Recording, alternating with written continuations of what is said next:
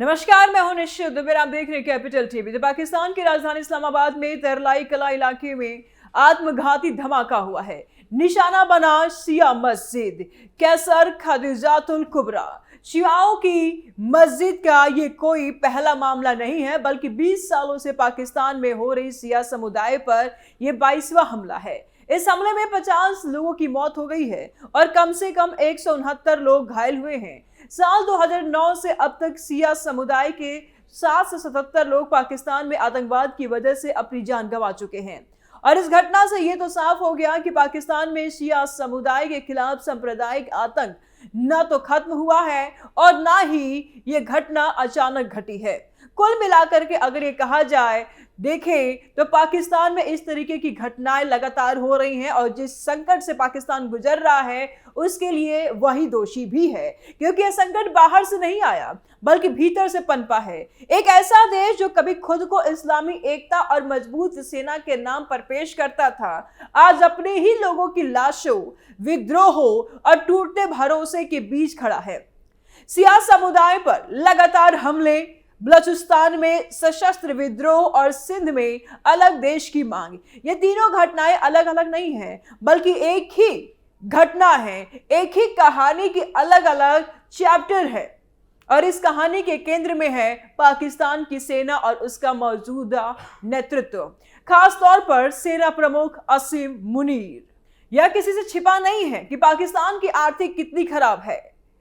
महंगाई आसमान छू रहा है, आटा, आलू, प्याज के लिए मर्डर तक हो जा रहे हैं, बेरोजगारी बेतहाशा बढ़ रही है और आम आदमी की जिंदगी लगातार मुश्किल होती जा रही है। दूसरी तरफ सत्ता में बैठे लोग, चाहे वे सेना के बड़े अफसर हो या कमजोर नागरिक, सरकार ऐशो आराम में डूबे हुए दिखाई देते हैं।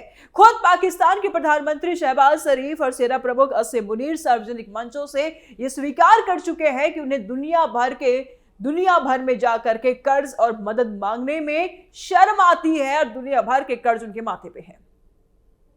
लेकिन सवाल यह है कि इस शर्म का असर जमीन पर क्यों नहीं दिखता? और अगर यह शर्म जमीन पर नहीं दिखता तो आपको मांग कर ही खाना पड़ेगा, यह भी तय है। पाकिस्तान के भीतर आज कई मोर्चे एक साथ सुलग रहे हैं और इन मसलों में सबसे दर्दनाक तस्वीर शिया समुदाय की है।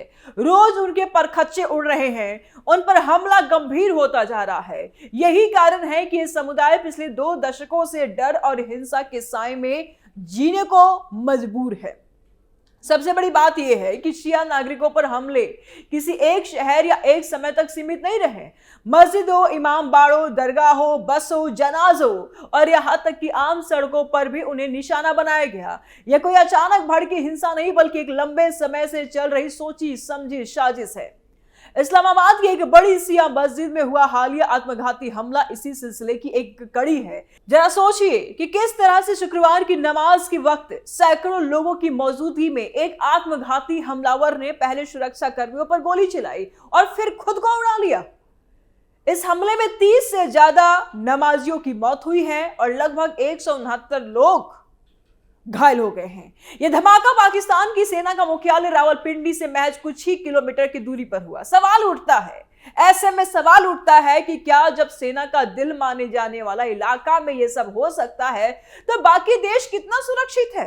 और हद तो तब हो गई जब अपनी गलतियों को छुपाने के लिए सरकार और सेना ने हमेशा की तरह हमले का आरोप दूसरे के सर पर मढ़ दिया। कभी भारत पर आरोप लगाया गया, कभी अफगानिस्तान पर आरोप लगाया गया। अफगानिस्तान ने इन आरोपों को सिरे से खारिज कर दिया है और भारत ने भी साफ कहा कि पाकिस्तान को दूसरों को दोष देने के बजाय अपने घर की आग बुझानी चाहिए। सच ये है कि पाकिस्तान की समस्याएं उसकी अपनी नीतियों की ही देन है। आपको जानकर कोई ताज्जुब नहीं होनी चाहिए कि पाकिस्तान में सिपाही साहबा, लश्कर-ए-जंगवी, तहरीक-ए-तालिबान, पाकिस्तान जैसे कट्टरपंथी संगठन सालों से सक्रिय हैं। पाकिस्तान इन्हें बहुत प्रेम से पालता पोसता है और इन संगठनों का इतिहास शिया विरोधी हिंसा से भरा पड़ा है। सवाल यह नहीं है कि ये संगठन मजबूत और मौजूद क्यों है, बल्कि सवाल यह है कि इतने सालों में इन्हें खत्म क्यों नहीं किया गया। इसका जवाब सीधे सेना और खुफिया एजेंसी ISI की भूमिका पर जाकर के रुकता है।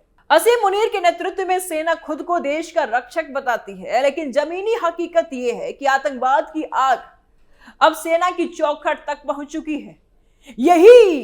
यह वही आतंकवाद है जिसे कभी अपनी संपत्ति समझ करके पाला गया, पोसा गया था। आज वही आग मस्जिदों, इमाम बाड़ों और आम लोगों को जला रही है। सिया समुदाय के बाद अगर किसी प्रांत ने सबसे ज्यादा दर्द झेला है तो वह बलूचिस्तान है। पाकिस्तान का सबसे बड़ा प्रांत जो प्राकृतिक संसाधनों से लबालब है, भरा हुआ है, आज भी सबसे पिछड़ा हुआ है।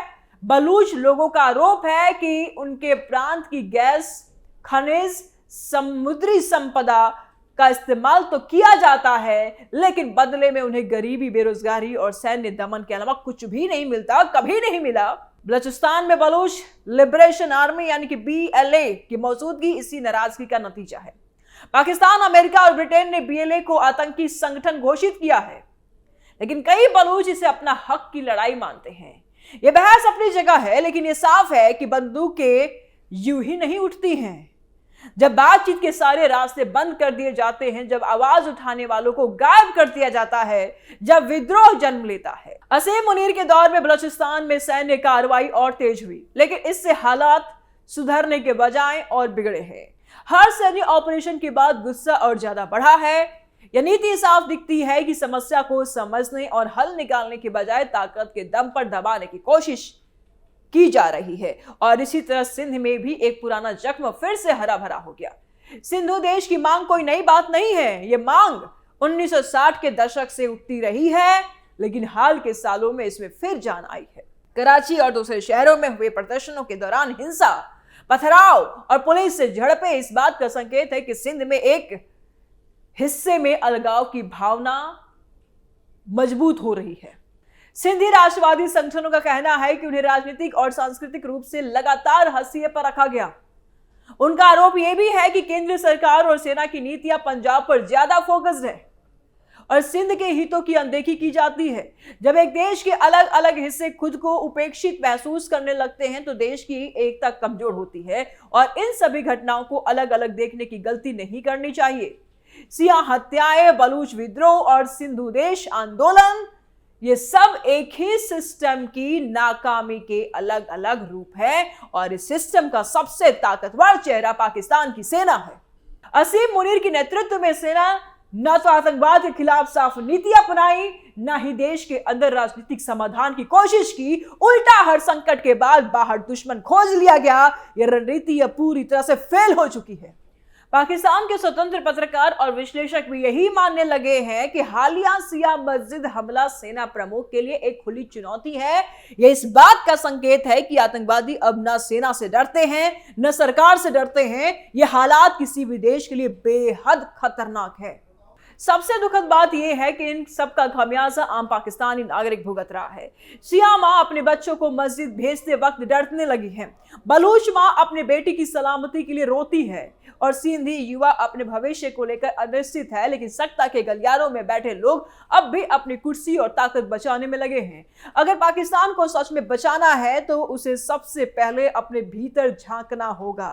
आतंकवाद को पालने की नीति छोड़नी होगी। सेना को राजनीति और सत्ता के खेल से बाहर आना होगा और सबसे अहम, असीम मुनीर जैसे ताकतवर लोगों को अपनी जिम्मेदारी स्वीकार करनी होगी। और अगर ऐसा नहीं हुआ तो पाकिस्तान के टूटने की कहानी किसी विदेशी साजिश से नहीं बल्कि उसकी अपनी गलतियों से लिखी जाएगी।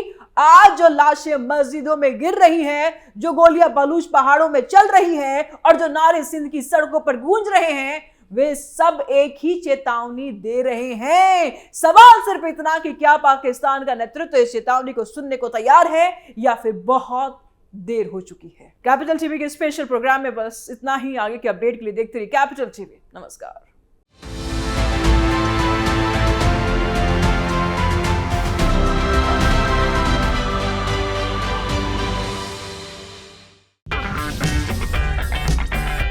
अगर आपको हमारा वीडियो पसंद आया हो तो इसे लाइक करें, हमारे चैनल को सब्सक्राइब करें और हाँ, बेल आइकन दबाना ना भूलें ताकि आप तक हमारे वीडियो की नोटिफिकेशन पहुंचती रहे। आप अपना सुझाव हमें कमेंट बॉक्स में दे सकते हैं। हमारे साथ जुड़ने के लिए शुक्रिया।